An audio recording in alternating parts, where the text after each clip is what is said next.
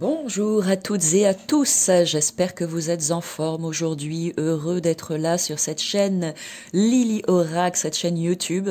À toutes celles et ceux qui me découvrent pour la première fois, je vous souhaite la bienvenue dans mon univers, j'espère qu'il vous plaira et qu'il vous le donnera envie d'y rester, donc n'hésitez pas à vous abonner.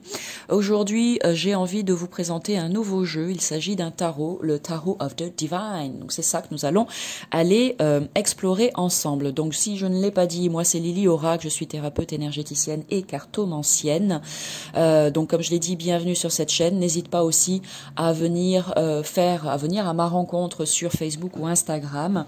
N'hésite pas à venir me faire un petit coucou, à venir échanger, partager tout un tas de choses avec moi. C'est avec grand plaisir que j'échange avec vous au quotidien pour plus grand bonheur. Alors, le Tarot of the Divine. Et puis si tu veux une guidance aussi, n'hésite pas. Alors, qu'est-ce qu'il y a à l'intérieur de ce coffret? Eh bien, comme tu l'as déjà compris, un tarot, bien évidemment. C'est un tarot de Yoshitani, qui est vraiment tellement beau, et les cartes tu ne pourras malheureusement pas le ressentir parce que là c'est une vidéo, mais il y a quelque chose de très subtil dans les cartes, un fini au niveau du toucher qui est waouh, divin justement. Un joli coffret donc avec 78 lames, je dis ça parce que des fois il y en a plus, il y a certains jeux où les créateurs rajoutent des cartes, donc ne souris pas quand je te dis ça, oh n'importe quoi Amélie, bien sûr il y a 70 lames dans un tarot, parfois il y en a plus, et toc.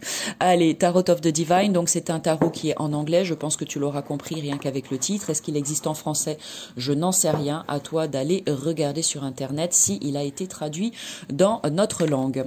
Donc ici le livret qui est un livret en couleur, qui est très beau et très bien fait. Donc j'aime beaucoup quand on te remet la carte, en fait je trouve que c'est plus facile pour les recherches. Donc la carte et ensuite le nom de la carte. Tu vas voir que ce tarot fait voyager. La symbolique quand la carte est à l'endroit, quand la carte est à l'envers, et ensuite la signification de la carte. Voilà. Bon, il est vraiment fait très simplement, mais très bien fait. Ensuite, voyons voir ces 78 lames justement. Ici, tu as le dos des cartes qui est vraiment très très beau. La tranche est neutre, la qualité des cartes est excellente, et comme je te le disais, donc il y a, je ne sais pas si on peut, si regarde, là regarde, tu vois un peu au niveau des reflets, tu vois toutes ces petites stries là, c'est ça, le super toucher je trouve sur ce jeu qui est incroyable. Donc on va d'abord aller regarder les arcanes majeures et ensuite les suites justement. Dimension type classique, tarot avec ce jeu. Donc ici tu as la carte du fou, le fool, tu vois, qui est vraiment très belle. Donc je te laisse regarder tranquillement. La carte du magicien, pour une fois c'est une dame, donc c'est chouette, c'est bien, ça change. La grande prêtresse, ici l'impératrice, qui est très très belle, n'est-ce pas? La carte de l'empereur, tu as le numéro à chaque fois ici, là aussi, qui facilite la recherche. La carte du pape, le hiérophante, tu vois, je t'ai dit qu'il allait faire voyager. La carte des amoureux, j'adore, avec comme la belle et la bête un peu. Le chariot. Ici, la carte de la force, l'ermite. Ici, la roue de la fortune, la carte de la justice, le pendu. Ici, la carte de la mort, la tempérance. Ici, j'aime beaucoup avec le serpent là et le feu tout autour, le diable, la tour, les étoiles, oui, l'étoile, la lune, le soleil, le jugement, et on finit avec le monde. Voilà.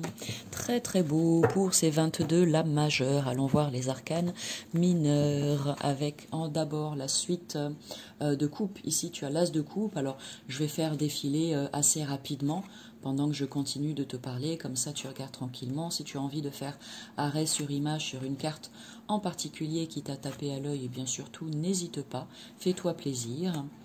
Est-ce que vous aimez les tarots ou pas? Est-ce que vous êtes des professionnels du tarot ou bien débutants, vous découvrez? Voilà, dites-moi tout. Alors pas ici en commentaire parce que je les désactive volontairement. Je préfère prendre du temps pour papoter avec vous sur Facebook ou Instagram. Donc n'hésitez pas, comme je l'ai dit tout à l'heure, à venir me retrouver sur ces deux réseaux. Voilà, voilà. Donc ici, on avait la suite des coupes. Là, maintenant, on a la suite de Pentacle avec l'As. Voilà.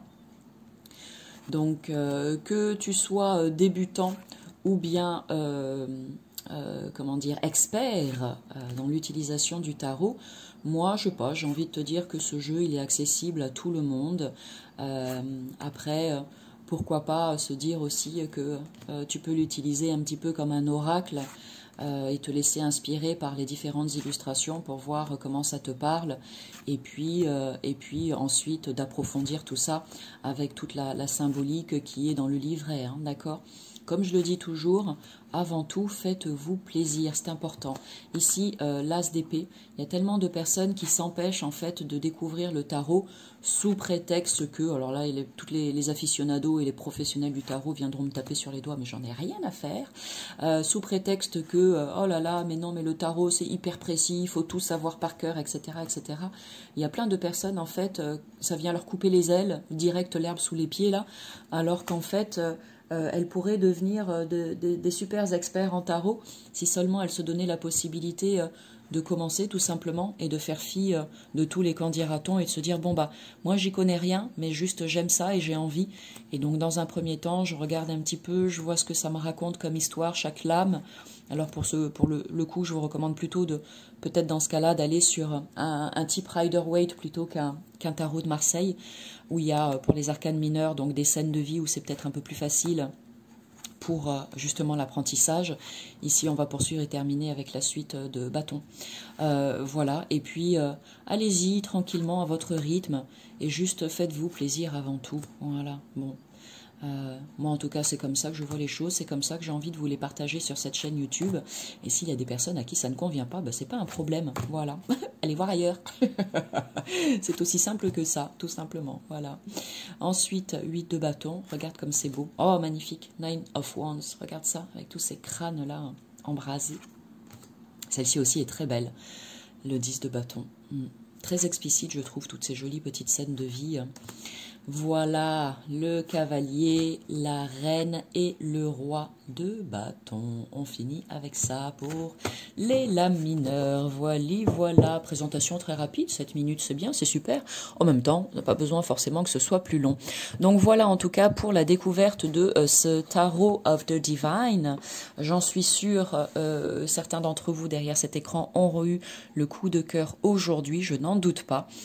Pour toutes les personnes qui aiment cet univers un petit peu à la fois japonisant mais qui nous emmène aussi vers d'autres contrées, je suis sûre que ce tarot vous plaira grandement.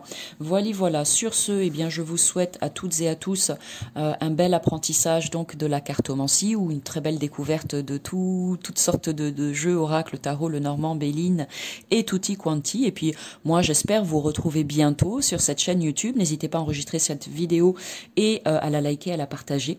Merci à vous de tout cœur pour ça. Et puis bah, moi je vous dis tout simplement à tout bientôt pour du nouveau contenu dans le monde de Lily. Salut!